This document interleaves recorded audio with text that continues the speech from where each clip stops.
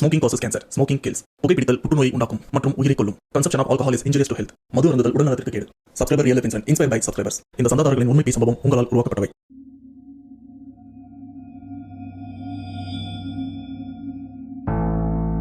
அன்னைக்கு ஒரு நாள் நானும் என் மாப்பிள்ளையும் சும்மா வெளியில் போயிட்டு வரலாம் அப்படின்னு பைக்கில் வெளியிலையும் போயிட்டு வந்தோம். அண்டு வெளியில் போய் நல்லா சுற்றிட்டு வெளியிலையும் சாப்பிட்டுட்டு ரிட்டன் வீட்டுக்கு வர வழியில் பார்த்தீங்கன்னா எப்பவுமே வீடு கிட்ட வந்ததுக்கப்புறம் ரெண்டு பேருமே பைக்ல இருந்து இறங்கி கொஞ்ச தூரம் பைக்கை அப்படியே தள்ளிக்கிட்டே ரெண்டு பேருமே சாவகாசமாக பேசிக்கிட்டு தான் வரும். இதைத்தான் நாங்கள் டெய்லி ரொட்டீனாக பண்ணிட்டு இருந்தோம். ஆனால் அன்னைக்கு ஒரு நாள் அதே மாதிரி நாங்கள் வந்துட்டு இருக்கும்போது எங்கள் ஊருக்கு வர வழியில் 3 புளிய மரமும் இருக்குது. ஆனால் அந்த புளிய மரத்துக்கிட்ட எங்களுக்கு நடந்த அந்த அனுபவம் இப்போ நினச்சா கூட எங்கள் உடம்புலாம் சிலுக்குது. ஏன்னா அந்த சம்பவத்தால் நாங்கள் மனதளவில் ரொம்பவே பாதிக்கப்பட்டிருக்கோம் அப்படின்னு இந்த சம்பவத்தை நமக்கு ஷேர் பண்ண சப்ஸ்கிரைபர் ஒருத்தரும் ரொம்பவே ஃபீல் பண்ணி தான் இந்த ஒரு இன்சிடெண்ட்டை நமக்கும் ஷேர் பண்ணியிருக்காரு. அதை பற்றி தான் இன்னைக்கு டீட்டெயில்டாக பார்க்க போகிறோம். அதுக்கு முன்னாடி இந்த மாதிரி பேய் சம்பவம் உங்கள் லைஃப்பில் நடந்திருக்கா? அப்படி நடந்ததுன்னா அது நீங்கள் என்கிட்ட ஷேர் பண்ணணும்னு நினச்சிங்கன்னா டிஸ்பிளேல தெரியுற இந்த வாட்ஸ்அப் நம்பருக்கு உங்கள் லைஃப்பில் நடந்த அந்த பேய் சம்பவத்தை ஒரு வாய்ஸ் நோட்டா எனக்கு நீங்க ஷேர் பண்ணுங்க. அப்படி நீங்க ஷேர் பண்ணது உண்மை சம்பவம் உண்மையிலே தெரியலீங்க, அதை நான் கண்டிப்பா நம்ம சேனல்ல போஸ்ட் பண்றேன். ஸோ அப்போ நம்ம வீடியோல போகலாம். நீங்க நம்ம சேனல் புதுசுனா மறக்காம சேனல் சப்ஸ்கிரைப் பண்ணுங்க, பெல் பட்டன் கிளிக் பண்ணுங்க. இப்போ நம்ம வீடியோல போகலாம்.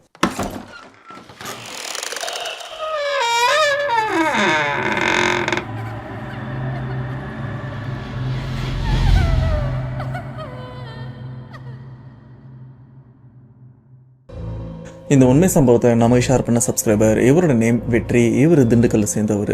அண்ட் இந்த சம்பவம் வெற்றி இவருக்கு நடந்திருக்கான்னு கேட்டீங்கன்னா இவருக்கு நடக்கல. இவருடைய மாப்பிள்ளைனா இந்த சொந்தத்தில் வந்து மாமன் மச்சான் மாப்பிள்ளைன்னு சொல்லுவோம்ல, அந்த மாதிரி இவருடைய ரிலேஷனில் ஒருத்தருக்கும் தான் நடந்திருக்கு. ஆனால் இந்த சம்பவத்தின் அப்போ இவங்க 2 பேரும் தான் பயணம் பண்ணியிருக்காங்க.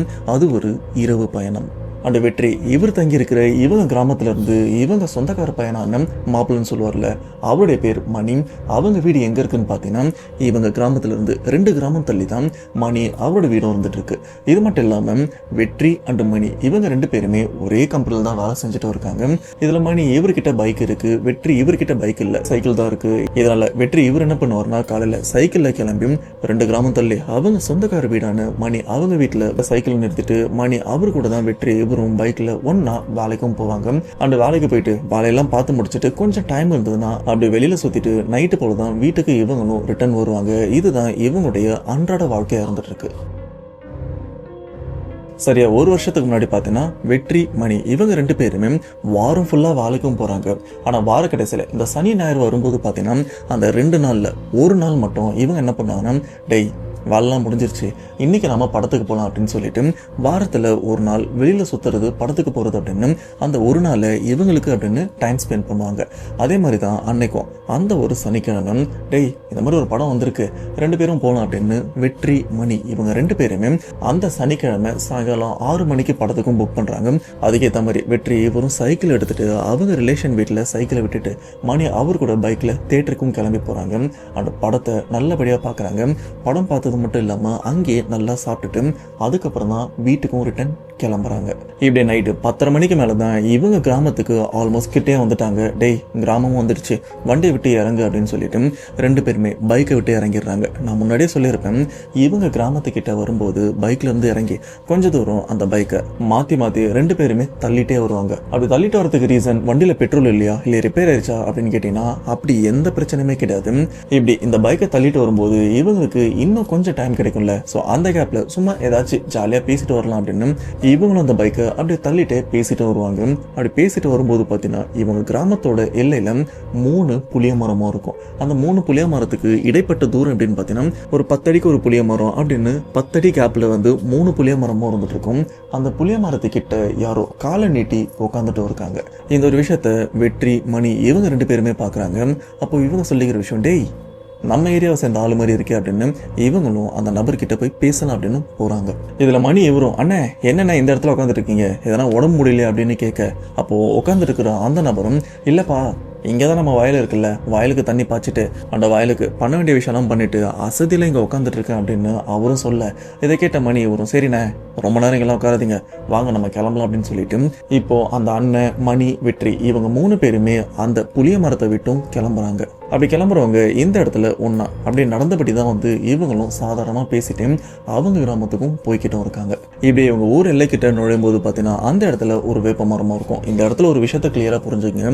ஊர் எல்லைக்கு முன்னாடி இருக்கிறது தான் 3 புளிய மரம், அந்த ஊர் எல்லைக்கு ஒட்டி இருக்கிறது ஒரு வேப்ப மரம். இந்த வேப்ப மரம் தாண்டினா இவங்க ஊர் எல்லையும் ஸ்டார்ட் ஆயிரும். அந்த வேப்ப மரம் கிட்ட வரும்போது இப்போ 3வதா அந்த புளிய மரத்துக்கிட்ட ஒரு அண்ணா உட்காந்துட்டு இருந்தார்ல, அவர் கூப்பிட்டு வந்தாங்களே, தம்பி நீங்கள் ஊருக்கு போங்க, எனக்கு இங்கே ஒருத்தர் பார்க்க வேண்டியிருக்கு, நான் பார்த்துட்டு வரேன் அப்படின்னு அவரும் சொல்ல, மணி இவரும் சரிண்ணே நீங்கள் பார்த்து வீட்டுக்கு போங்க அப்படின்னு சொல்லிட்டு மணி வெற்றி இவங்க 2 பேருமே கிளம்பி மணி அவரோட வீட்டுக்கும் போயிடுறாங்க. அங்கே போனதுக்கப்புறம் வெற்றி அவரோட சைக்கிள் எடுத்துட்டு அந்த 2 கிராமத்தை தள்ளி அவங்க வீட்டுக்கும் போயிடுறாங்க.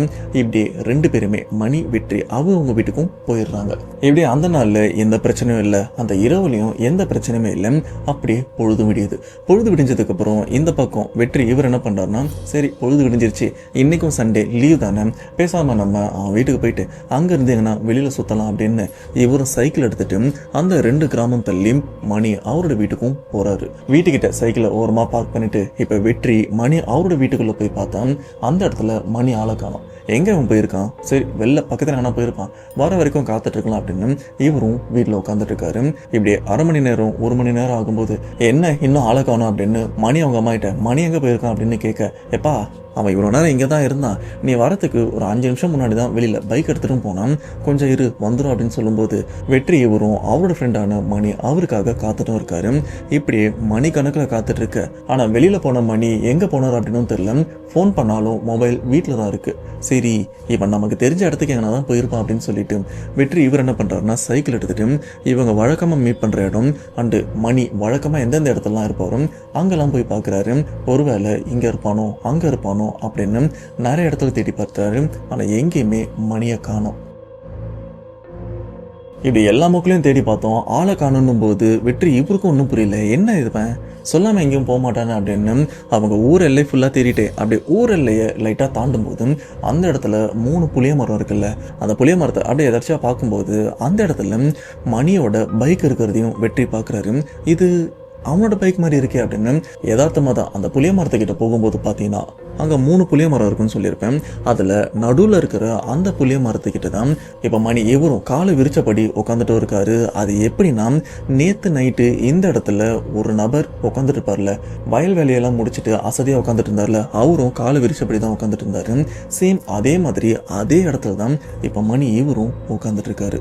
இதை பார்த்த வெற்றி இவருக்கும், என்ன இவன் நேற்று அவர் உட்காந்துருந்த மாதிரி அதே இடத்துல உட்காந்துட்டு இருக்கானு, டேய் இங்கே என்னடா பண்ணுற அப்படின்னு வெற்றி மணியை பார்த்து கேட்க, ஆனால் மணி அவர்கிட்ட இருந்து எந்த ரியாக்ஷனுமே இல்லை. ஆனால் வெற்றி இவரும் கொஞ்சம் அதட்டினபடி டேய் இங்கே என்னடா பண்ணுற அப்படின்னு கேட்க, ஆனால் மணி இவர்கிட்ட இருந்து வர ரியாக்ஷன் எப்படி தெரியுமா இருக்கு, இந்த மிருகம் ஒரு மாதிரி உருவம் பார்த்தீங்களா அப்படின்னு அந்த மாதிரி தான் இப்போ மணி இவரும் வெற்றி இவரை பார்த்து ஒரு மாதிரி உருவமும் ஆரம்பிக்கிறாரு. சொல்லப்போனால் நாய்கள்லாம் வந்து குலைக்கிறதுக்கு முன்னாடியும் கோமா ரியாக்ஷனோட உருவம் இல்லை, அந்த மாதிரி தான் இப்போ மணி இவரும் உரும்ப. இப்போ வெற்றி இவருக்கும் ஒன்றும் புரியல, என்ன இவன் நம்மகிட்ட இந்த மாதிரி கோவமாக நடந்துக்கிறான், நம்ம ஏதாச்சும் இவனை பண்ணிட்டோமோ இல்லை இவன் ஹர்ட் ஆகுற மாதிரி நம்ம அதெல்லாம் சொல்லிட்டோமோ, இல்லையே அப்படி எதுவுமே சொல்லலையே அப்படின்னு வெற்றி இவரும் தனக்கு தானே யோசிக்கிறாரு, தான் என்ன தப்பு பண்ணும் இவன் இப்படி ரியாக்ட் பண்ணுறான் அப்படின்றதுக்காக. இப்போ வெற்றி இவருக்கும் மணி இவரோட நடவடிக்கையில் கொஞ்சம் மாற்றம் இருக்குது அப்படின்னு தெரிஞ்சு அப்போ வெற்றி என்ன பண்ணுறாருன்னா மணியோட கையை பிடிச்சி டேய் வா போகலாம் அப்படின்னு அவர் கையை பிடிச்சி இழுத்துட்டு வர்றாரு. இழுத்துட்டு வந்து மணியோட பைக் இருக்குல்ல, அந்த பைக்கிட்ட நிறுத்தும் போது பார்த்தீங்கன்னா அப்போது மணி சொல்கிற வார்த்தை, என்னை விடு நான் போகணும், இங்கே கிணறு இருக்குது, நான் அதில் போய் குதிக்கணும் அப்படின்னு சொல்லும்போது வெற்றி இவருக்கும் ஒன்றும் புரியல, டேய் என்னடாச்சு உனக்கு, ஏன்டா லூஸ் மாதிரி பேசுகிற அப்படின்னு கேட்க. ஆனால் இருந்தாலும் மணி அதே ஒரு விஷயத்தை தான் திரும்ப திரும்ப சொல்லிட்டு இருக்காரு, என்னை விடு நான் போயிட்டு அந்த கிணத்துல குதிக்கணும், என்னை விடுறா அப்படின்னு இதே வார்த்தையை தான் திரும்ப திரும்ப சொல்லிகிட்டே இருக்காரு. இப்போ வெற்றி இவருக்கும் கிளியராக புரியுது சம்திங் ஏதோ தப்பாக இருக்குது அப்படின்னு நினைக்கும் போது இந்த இடத்துல மணி அவரோட ரியாக்ஷன் இன்னும் மூர்க்கத்தனமாக மாறும்போது பார்த்தீங்கன்னா உடனே வெற்றி இவர் என்ன பண்ணுறாருன்னா கோவப்பட்டு மணியோட கன்னத்தில் பலார்னு அடிச்சிடுறாரு. அப்படி அடித்ததில் அந்த இடத்துல மணி சுருண்டு விழுந்து மயங்கிடுறாரு. ஸோ மயங்கிற மணியை வந்து அப்படியே தாங்கின மாதிரி தூக்கி வண்டியில் உட்கார வச்சு இவரோட முதுகாக சாச்சு அப்படியே ஓரளவுக்கு பிடிச்சிக்கிட்டு இந்த பைக்கை பேலன்ஸ் பண்ணிட்டு அப்படியே பொறுமையாக வீடு வந்தோம் மணியோட வீடு வந்தோம் சேர்ந்துடுறாரு. ஆனால் பிரச்சனை இங்கேருந்து இன்னிலேருந்து தான் ஆரம்பிக்குது. இதுக்கப்புறம் மணி இவரும் அவரோட வீட்டில் இருந்துட்டு இருக்க வெற்றி இவரும் கிளம்பி அவரோட வீட்டுக்கும் போயிடுறாரு. அன்னைக்கு இரவு அந்த நடுராத்திரி வரும்போது பார்த்தீங்கன்னா மணி இவரும் வெற்றிக்கு கால் பண்ணி டேய் எனக்கு பயமாக இருக்குடா, என்னை யாரோ கூப்பிட்ற மாதிரி இருக்குது, என் பேரை சொல்லி கூப்பிட்றாங்க, என்னை வர சொல்கிறாங்க, எனக்கு ரொம்பவே பயமாக இருக்குது அப்படின்னு அந்த நடுராத்திரி மணி இவரும் வெற்றிக்கு கால் பண்ணி புலம்புறாரு. ஆனால் இந்த சைடில் வெற்றி இவரும் இதை நம்புறதா வேணாமா, இல்லை நம்ம கூட சும்மா விளையாடுறானா அப்படின்னு அவரும் ஆரம்பத்தில் குழப்பமாக தான் இருந்திருக்காரு. இப்படி அன்னைக்கு நைட்டு இந்த பிரச்சனை முடிய, ஆனால் அடுத்த நாள் நைட்டும் சேம் அதே மாதிரி அந்த நடுராத்திரி வெற்றி இவருக்கும் கால் பண்ணி, டேய் அந்த கிணத்துக்கிட்ட இருந்து யாரோ என்னை கூப்பிட்றாங்கடா, என்னை வர சொல்கிறாங்க, எனக்கு ரொம்ப பயமாக இருக்குது அப்படின்னு சொல்ல வெற்றி இவரும், டேய் நேற்று சொன்ன அதே விஷயத்த திரும்ப இப்போ சொல்கிறேன், உனக்கு என்ன ஆச்சுரா அப்படின்னு கேட்க, டேய் எனக்கே தெரிலடா, என்னை சுற்றி ஏதோ தப்பாக நடக்குது அப்படின்னு மணி இவரும் ரொம்பவே பயந்தபடி தான் வெற்றி இவர்கிட்டையும் பேச, இப்போ தான் வெற்றி இவருக்கும் இந்த ஒரு விஷயத்தோட சீரியஸ்னஸ் கொஞ்சம் கொஞ்சமாக புரிய வருது. நம்ம மாப்பிள்ளை ஏதோ ஒரு பிரச்சனையில் மாட்டிக்கிட்டு இருக்கான் அப்படின்னு. அப்போ வெற்றி இவரும், சரிடா எல்லாமே சரியாயிரும், நீ தூங்கு அப்படின்னு சொல்ல, இருந்தாலும் மணி இவரும் ரொம்பவே பயந்துருக்காரு. டேய் எனக்கு ரொம்பவே பயமாக இருக்குது, கண்ணை கூட மூட முடியல, ஏதாச்சும் வந்து என்ன எதனா பண்ணிருமோன்னு பயமாக இருக்குது அப்படின்னு மணி இவரும் ரொம்பவே புலம்ப. இதை யோசிச்ச வெற்றி இவரும், சரி மாப்பிள்ள நீ அங்கேயே இரு, நான் வீட்டுக்கு வரேன் அப்படின்னு சொல்லிட்டு அந்த நடுராத்திரி சைக்கிள் எடுத்துட்டு அந்த 2 கிராமம் தள்ளி இருக்கிற அவருடைய மாப்பிள்ள மணி அவரோட வீட்டுக்கும் வராரு. அந்த வீட்டில் கதவை தட்டிட்டு உள்ளேயும் போறாரு. உள்ள போய் பார்த்தா மணி அந்த ரூமோட மூளை பகுதியில் உட்காந்து பயத்தோட உட்காந்து அழுதுட்டும் இருக்காரு. அந்த அவரோட உடம்பு பயங்கரமா நடுங்கினபடி இருக்கு. சொல்ல போனா இப்போ ஏதோ ஒரு உருவத்தை பார்த்து ரொம்பவே பயத்துல இருந்தா எப்படி இருக்கும், அந்த மாதிரி தான் மணி இவரும் நடுக்கத்தோட இவரோட ரூம் கார்னர்ல உட்காந்து அழுதுட்டும் இருக்காரு. வெற்றி இவரும் மணிக்கிட்ட போயிட்டு, டேய் என்ன ஆச்சுரா, ஏன் பயந்துருக்க அப்படின்னு கேட்க, அப்போதான் வெற்றி வந்திருக்காரு அப்படின்ற ஒரு விஷயத்தையும் வந்து மணி உணர்றாரு. உடனே வெற்றியை பிடிச்சி, டேய் வந்துட்டியாடா, எனக்கு ரொம்பவே பயமாக இருக்குடா, நம்ம வீட்டு பின்னாடி ஒரு கிணறு இருக்குல்ல, அந்த கிணத்துக்கிட்ட இருந்து ஏதோ ஒன்று என்னை கூப்பிடுறதுடா, அண்ட் அதை பார்க்கறதுக்கு அந்த அளவுக்கு பயங்கரமாகவும் இருக்கு. ஆனால் நான் அடித்து சொல்லுவேன், அது மனுஷன் கிடையாது, அது பேய் தான், அதுவும் ஆணோட உருவம் கிடையாது, அது கண்டிப்பாக பெண்ணோட உருவம் தான், எனக்கு ரொம்பவே பயமாக இருக்கு அப்படின்னு ரொம்ப பதட்டத்தோட மணி அவர் பார்த்து பயந்த விஷயத்த வெற்றிக்கிட்டையும் சொல்லிட்டு இருக்காரு. வெற்றி வரும், இது உருவமா, எங்கடா அந்த உருவம் எப்படி இருந்தது அப்படின்னு வெற்றி வரும் மணி கிட்ட கேட்க, மணி வரும், மச்சான் வீட்டு பின்னாடி ஒரு கிணறு இருக்குல்ல, அந்த கிணத்துக்கிட்ட தான் அந்த உருவத்தை பார்த்தேன், அது பார்க்கறதுக்கு அந்த அளவுக்கு பயம் தர மாதிரி இருந்ததுதான், நான் அடிச்சு சொல்லுவேன் அது மனுஷங்களே கிடையாது, அது பேய் அப்படின்னு சொல்லும்போது இப்போ வெற்றி இவருக்கும் கொஞ்சம் பயம் எடுக்கவும் ஆரம்பிக்குது. இப்போ மணி அவங்க வீட்டு கிணத்துக்கிட்ட ஒரு பொண்ணோட உருவத்தை பார்த்தேன்னு சொன்னார்ல, அப்போ வெற்றி இவர் யோசிக்கிற விஷயம், ஒருவேளை 2 நாளைக்கு முன்னாடி நாம படம் பார்த்துட்டு அந்த புளிய மரத்து வழியாக வந்தோமே, அங்கே ஏதாச்சும் பிரச்சனை நடந்திருக்குமோ, ஏன்னா நம்ம ஊர் மக்கள் நிறைய பேர் சொல்கிற விஷயம், அந்த புளிய மரத்துக்கிட்ட ஒரு பொண்ணு தற்கொலை பண்ணி இறந்து போனா, அப்படி இறந்து போனா அந்த பொண்ணோட ஆன்மா அங்கே தான் சுற்றி வந்திருக்கு. இந்த ஒரு விஷயம் நாங்களும் கேள்விப்பட்டிருக்கோம். ஆனால் நம்ம ஊர் மக்களில் நிறைய பேர் அந்த பெண் ஆன்மாவால் பாதிக்கப்பட்டிருக்காங்க. ஆனால் இது வரைக்கும் எங்களுக்கு எந்த பிரச்சனையுமே இல்லை. சொல்லப்போனால் அந்த ஒரு விஷயத்த நாங்கள் கேள்விப்பட்டிருக்கோமே தவிர எங்களுக்கு எதுவும் பாதிப்பு இல்லை. ஆனால் இப்போ அந்த ஒரு விஷயத்தால் என் மாப்பிள்ளை பாதிக்கப்பட்டிருக்கானா அப்படின்னு வெற்றி இவருக்கும் லைட்டாக டவுட் இருக்குது. ஆனால் கன்ஃபார்மாக சொல்ல முடியாது. உடனே வெற்றி இவரும், மாப்பிள்ளை இதை நம்ம இப்படியே விடக்கூடாது, இப்போவே நம்ம கோயிலுக்கு போகலாம், கிளம்பி அப்படின்னு சொல்லும்போது இவ்வளோ நேரம் மணி இவரும் பயத்தில் தானே பேசிட்டு இருந்தார். ஆனால் கோவில் அப்படின்ற ஒரு விஷயத்தை எடுக்கும்போது, அதுவும் மணியை கோயிலுக்கு கூப்பிடும்போது பார்த்தீங்கன்னா மணியோட நடவடிக்கை மொத்தமாக மாறவும் ஆரம்பிக்குது. சொல்லப்போனால் மணியோட உடம்புல ஏதோ ஒன்று பூந்து அந்த ஒரு உருவம் மணியோட முகத்தில் தெரிஞ்ச அப்படி இருக்கும். அது மணியோட முகம் கிடையாது, மணியோட முகத்துக்கு பதிலாக வேற ஒரு முகம் இருந்தால் எப்படி இருக்கும். அப்படிப்பட்ட ஒரு கோர உருவத்தோட மணி வெற்றியை பார்த்து கேட்குற கேள்வியும், என்னையா கோயிலுக்கு கூப்பிடுற அப்படின்னு ஆக்ரோஷமா இப்போ அவரோட நடவடிக்கை மாறவும் ஆரம்பிக்குது. இந்த இடத்துல வெற்றி இவரும் மணியை பார்த்து கொஞ்சம் அதட்டி பேசும்போது பார்த்தீங்கன்னா, அப்போ மணி இவரும் கொஞ்சம் சைலண்ட் ஆகிடுறாரு. ஆனால் சைலண்ட் ஆனால் அடுத்த செகண்டே பார்த்தீங்கன்னா மணி இவங்க வீட்டில் இன்னொரு பெட்ரூம் இருக்குது, அங்கே இடம் காலியாக தான் இருக்குது. அதாவது அந்த பெட்ரூமை யாருமே யூஸ் பண்ணல. திடீர்னு அந்த பெட்ரூம்ல இருந்து ஏதோ ஒரு பெண் பயங்கரமாக கத்தி அழற சத்தமும் கேட்க, இப்போ இந்த வீட்டில் இருக்கிற எல்லாருமே பதறவும் ஆரம்பிக்கிறாங்க.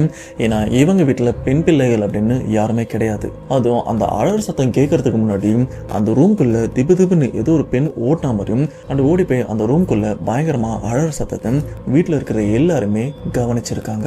அண்ட் இந்த இடத்துல வெற்றி இவர் அந்த அளவுக்கு பயப்படாம, ஏன்னா இவரோட லைஃப்ல ஒரு சில விஷயங்கள்லாம் நடந்திருக்கு, அதுல இருந்து இவருக்கும் கொஞ்சம் தெளிவு கிடைச்சு, இந்த பேய் அப்படின்ற ஒரு விஷயத்த ஃபர்ஸ்ட் நம்ம கேள்விப்பட்டா பயப்படக்கூடாது, கொஞ்சம் நம்ம எதிர்த்து நின்று அதை ஃபேஸ் பண்ணாதான் அது நம்மளை ஆக்கிரமிக்காம இருக்கும். ஸோ இந்த இடத்துல நம்ம கொஞ்சம் நிதானமாக பயப்படாமல் இருந்தால் மட்டும்தான் இப்போது இங்கே நடக்கிற விஷயத்த நம்ம புரிஞ்சுக்கிட்டு நம்ம மாப்பிள்ளையை காப்பாற்ற முடியும் அப்படின்னு இப்போது வெற்றி இவர் இவர் என்ன பண்றாருன்னா அந்த பெண் அந்த ரூம்ல பயங்கரமா அழுதுட்டு இருக்குல்ல, அந்த ரூம் கிட்ட போகும்போது பார்த்தீங்கன்னா சடால்னு அந்த ரூமோட கதவு வேகமா மூடிடுது. இதை பார்த்த வெற்றி இவர் என்ன பண்றாருன்னா பொறுமையா அந்த வீட்டை விட்டு வெளியிலயும் வர்றாரு.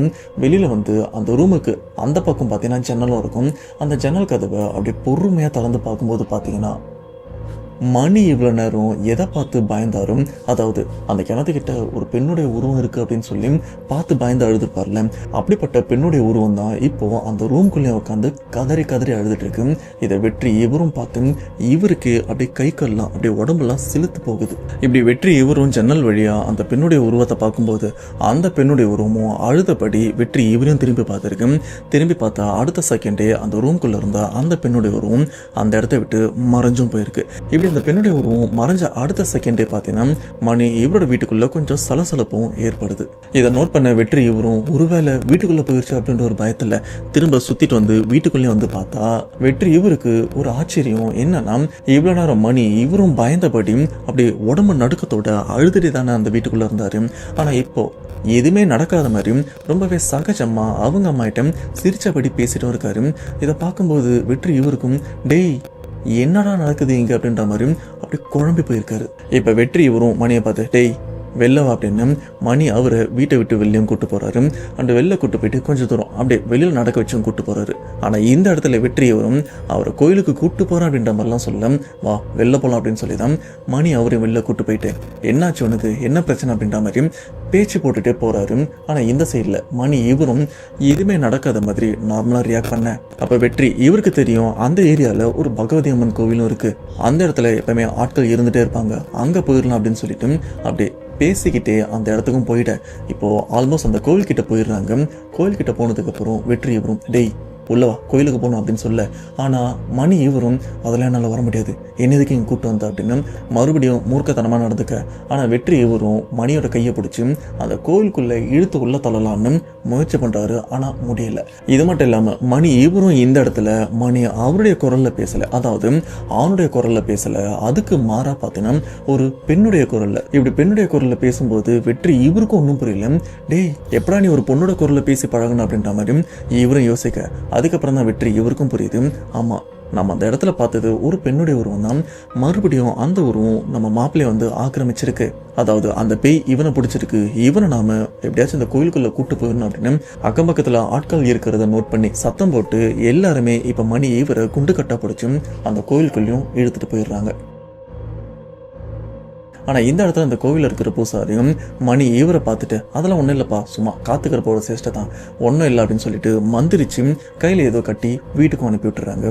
வெற்றி இவரும் சரி சரியாச்சு போல இருக்கு அப்படின்னு நம்பி மணியை வீட்டுக்கும் கூட்டு வந்துடுறாரு. கூட்டு வந்து விட்டுட்டு அதே நைட்டு வெற்றி இவரும் வீட்டுக்கு கிளம்பி, அதாவது அவங்க வீட்டுக்கும் கிளம்பி போயிட்டு இருக்காரு. இப்படி வெற்றி அவங்க வீட்டுக்கு வந்த கொஞ்ச நேரத்திலே பார்த்தீங்கன்னா திடீர்னு மணியோட அம்மா ரொம்ப பதட்டத்தோட வெற்றி இவருக்கும் கால் பண்ணி தம்பி எங்க பாருக்க மணி உன் கூட இருக்கானா அப்படின்னு அம்மா அவங்களும் கேட்க, இல்லையே அவன் என் கூட இல்லை அப்படின்னு வெற்றி இவரும் சொல்ல, இல்லப்பா அவன் வெளில போய் ரொம்ப நேரம் ஆகுது, பைக் எடுத்துட்டு போனான், எங்க போனான் அப்படின்னு தெரியல, இந்த நடுராத்திரியும் எனக்கு ரொம்பவே பயமா இருக்கு, நீ உடனே கிளம்பி அப்படின்னு சொன்னதுக்கு அப்புறம் உடனே வெற்றி இவரும் கிளம்பி மணி வீட்டுக்கும் போறாரு. போகும்போது இவனுக்கு ஒரு வேலையே இல்லை அப்படின்னு ஒரு கோவத்தோட தான் கிளம்பியும் போறாரு. போய் பார்த்தா உண்மையிலேயே அந்த இடத்துல மணி அவரையும் காணும், பைக்கையும் காணும். அப்ப வெற்றி இவருக்கு தோன்ற விஷயம் கண்டிப்பா இவன் அந்த புளிய மரத்துக்கிட்ட தான் போயிருப்பான், வேற எங்கேயும் நாம தேட வேண்டாம் அப்படின்னு சொல்லிட்டு டைரக்டா அந்த புளிய மரத்துக்கிட்ட போய் பார்த்தா இவர் அந்த புளிய மரத்தை கிட்ட போகும்போது பைக் அங்கே இருக்கு.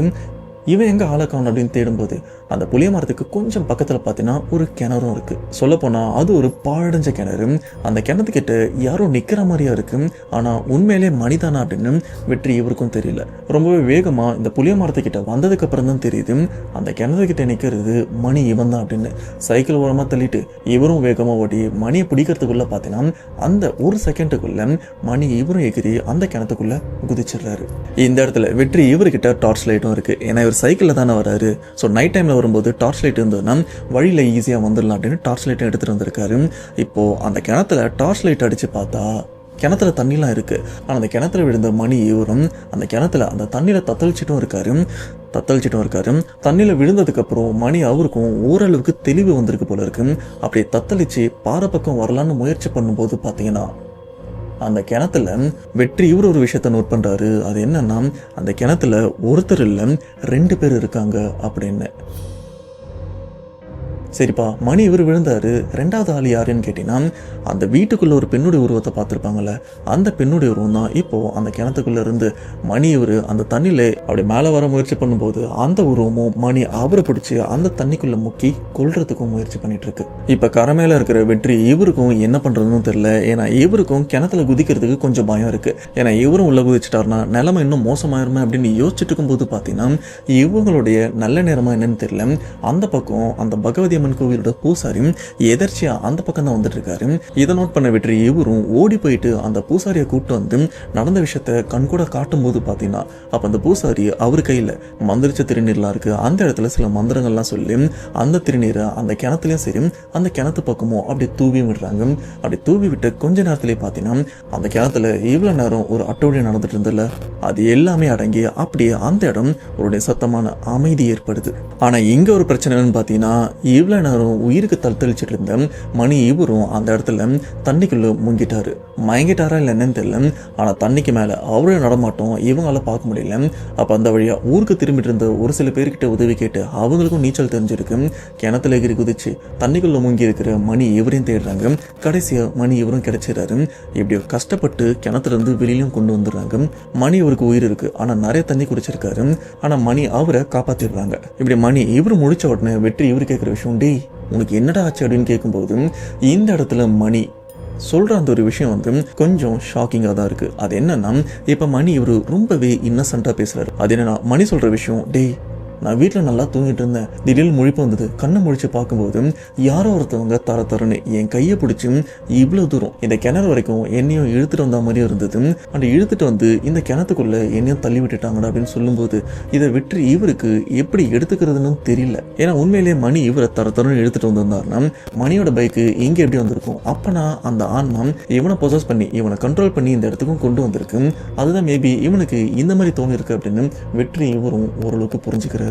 ஆனா அதுலயும் ஒரு சின்ன பிரச்சனை இருக்கு. அது என்னன்னு பாத்தீங்கன்னா மணி இவரும் யதார்த்தமா அப்படி திரும்பி நிக்கிறாரு. அப்படி திரும்பி நிற்கும் போது பாத்தீங்கன்னா மணியோட முதுகு பின்பகுதி ஃபுல்லா அவர் போட்டிருக்கிற சட்டையா இருக்கட்டும் பேண்டா இருக்கட்டும் எல்லாமே கிழிஞ்சிருக்கு.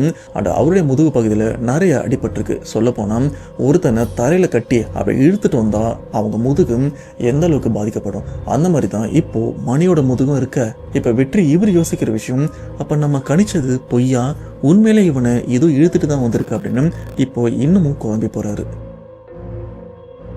அப்போ அங்கே இருக்கிற பகவதி அம்மன் கோவிலோட பூசாரி என்ன பண்ணுறாருன்னா, தம்பி இதை இப்படியே விட வேண்டாம், இவனை இப்படியே எடுத்துட்டு கோயிலுக்கு வந்துருங்க, மற்றதை அங்கே வச்சு பார்த்துக்கலாம்னு சொல்லிட்டு எல்லாருமே இப்போ அங்கே இருக்கிற அந்த பகவதி அம்மன் கோயிலுக்கும் போகிறாங்க. இப்போ அந்த கோயில் போனதுக்கப்புறம் பூசாரி அவரோட உடம்புல பகவதி அம்மன் அவங்கள வர வச்சு இப்போ மணி இவர் பின்னாடி சுற்றிட்டு இருக்கிற அந்த பேயை துரத்துறதுக்கான அந்த பேய் ஓட்ட சடங்கும் பயங்கரமாக நடந்துட்டு இருக்கு. இது மட்டும் இல்லாமல் இப்போ மணி இவர் பின்னாடி சுற்றிட்டு இருக்கிற அந்த பெண் பேயை இந்த இடத்துல வர வச்சு என்ன பிரச்சனை அப்படின்னு கேட்க, ஆனால் அந்த பெண் பேயும் பல பிரச்சனைகளை சொல்லி இருக்கு. ஆனா அது எல்லாத்தையுமே நம்ம கிட்ட விளக்கமா சொல்லல. ஏன்னா அதுல நிறைய சொல்லக்கூடாத விஷயங்களும் நிறைய பர்சனல் விஷயங்களும் இருந்ததுனால வெற்றி இவரும் அதை பத்தி நம்ம கிட்ட எந்த விளக்கமும் கொடுக்கல. அப்படி இறந்து போன மோகினியோட ஆன்மா தான் இப்போ மணி இவரை பொசஸ் பண்ணி அதோட ஆசையை இவர் மூலியமா நிறைவேற்றிக்கணும் அப்படின்னு வெறியா அலைஞ்சிட்டும் இருக்கு. அது கூடவே சொல்ற விஷயம், நீங்க என்ன பண்ணாலும் இவனை விட்டு போக மாட்டேன், இவனை நான் அடையணும்னு தான் இவனை நான் பிடிச்சிருக்கேன். இது மட்டும் இல்லாம 2 தடவை இவனை நான் கொல்றதுக்காகவும் முயற்சி பண்ணேன். இந்த இடத்துல வெற்றி இவர் யோசிக்கிற விஷயம், இது 2 தடவையா, ஒரு தடவை தானே நானும் பார்த்தேன், அதுவும் இந்த கிணத்துல அப்படின்னு யோசிக்கும் போது அப்பதான் முறையா அந்த மோகினி மணி இவரை கொல்றதுக்கு ட்ரை பண்ண அந்த ஒரு விஷயத்தையும் சொல்லுது. அது என்னன்னா ஃபர்ஸ்ட் டைமே மணி அவங்க வீட்டுல தூக்கு மாட்டி இறக்குறதுக்காகவும் ட்ரை பண்ணியிருக்காரு. அதை எதிர்ச்சியா மணியோட அம்மாவும் பார்த்து அந்த ஒரு விஷயத்துல வந்து பையனை காப்பாத்திருக்காங்க. ஆனா அதை பத்தி வெற்றி இவருக்கு எதுவுமே சொல்லல. இப்போ அந்த மோகினிக்கு மணி இவர் தான் வேணும். ஏன்னா அந்த மோகினி நிறைவேறாத ஆசையால, அதுலயும் பாத்தீங்கன்னா இந்த 18 வயதுக்கு மேற்பட்டவன் அப்படின்னு இருக்கு, அந்த மாதிரி ஆசையாலையும் இறந்து போயிருக்கு. அதை மணி இவர் மூலியமா நிறைவேற்றிக்கணும் அப்படின்னு தான் இப்போ மணியை பிடிச்சிட்டு விடாமலும் இருந்துட்டு இருக்கு. அண்ட் இந்த இடத்துல பூசாரியா இருக்கட்டும் மற்றவங்களா இருக்கட்டும் அந்த ஆன்மா கிட்ட எவ்வளோ பேசி பார்க்குறாங்க. ஆனா அந்த மோகினியும் ஒரு இன்ச்சு கூட அசைஞ்ச மாதிரி தெரியல. இதனால இந்த கோவிலோட பகவதி அம்மன் அந்த பூசாரி உடம்புல வந்து அந்த மோகினியோட தலைமுடியா அப்படி பிடிச்சி அந்த இடத்துல சாத்தி அதுகிட்ட வேற எந்த பேச்சுவார்த்தையுமே அதுக்கப்புறம் நடத்தல. ஒரு சில ரிச்சுவல்லாம் பண்ணி அந்த மோகினியை ஒரு குடுவையிலையும் அடைச்சி பூசாரி கையிலையும் கொடுத்துருக்காங்க. இது இந்த ஊர்ல இருக்கிற ஏதாச்சும் சுடுகாட்டிலும் புதைச்சிட்டு வந்துருங்க அப்படின்னு சொல்லியிருக்காங்க. அதுவும் அந்த சமயமே. இதனாலே அங்க இருக்கிற எல்லாருமே அந்த ஏரியால இருக்கிற சுடுகாட்டுக்கும் போயிட்டு அந்த சுடுகாட்டுல 6 அடி பள்ளம் தோண்டி அந்த மோகினி அடைக்கப்பட்ட அந்த விஷயத்த அப்படி புதைச்சிட்டு அந்த இடத்த விட்டும் திரும்பி பார்க்காம வந்திருக்காங்க. இவ்வளோ விஷயத்த பண்ணதுக்கு அப்புறம் தான் மணி இவரும் நார்மலா இருக்காரு. சொல்ல போனா அந்த ஒரு சம்பவத்துக்கு அப்புறம் அவருக்கும் எந்த விதமான கெட்ட விஷயங்களும் நடக்கல.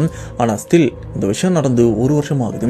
ஆனா இப்போ வரைக்கும் அந்த பாதிப்பு அவருக்குள்ள இருந்துட்டு தான் இருக்கு. சில நேரம் வெளியில தனியா போகிறது கூட ரொம்பவே யோசிப்பாருன்னு சொல்றதை விட ரொம்பவே பயப்படுவாரு. ஆனா இப்போ வெற்றி இவருக்கும் பாதிக்கப்பட்ட மணி இவருக்கும் எந்த பிரச்சனையுமே இல்லாம நிம்மதியா தான் இருந்துட்டு இருக்காங்க. ஆனா இப்போ அதை பத்தி அப்பப்ப பேசும்போது ஒரு சின்ன பயம் அவங்களுக்குள்ளயும் இருக்கும். ஸோ மணி இவரோட லைஃப்ல நடந்த இந்த சம்பவத்தை கேட்கும்போது உங்களோட தோட்டம் என்ன மறக்காம கமெண்ட் பாக்ஸ்ல மென்ஷன் பண்ணுங்க. அவ்வளவுதான் மக்களே, சம்பவம் கண்டிப்பா இந்த சம்பவம் உங்களுக்கு பிடிச்சிருக்கு அப்படின்னு நம்புறேன். அண்ட் இதை பத்தி உங்களோட தோட்டம்ன்றது வந்து மறக்காம கமெண்ட் பாக்ஸ்ல மென்ஷன் பண்ணுங்க. நெக்ஸ்ட் ஒரு இன்ட்ரெஸ்டிங்கான வீடியோல கண்டிப்பா உங்களை வந்து நான் மீட் பண்றேன். அதுவரை உங்களிடமிருந்து விடைபெறுவது உங்கள் நான்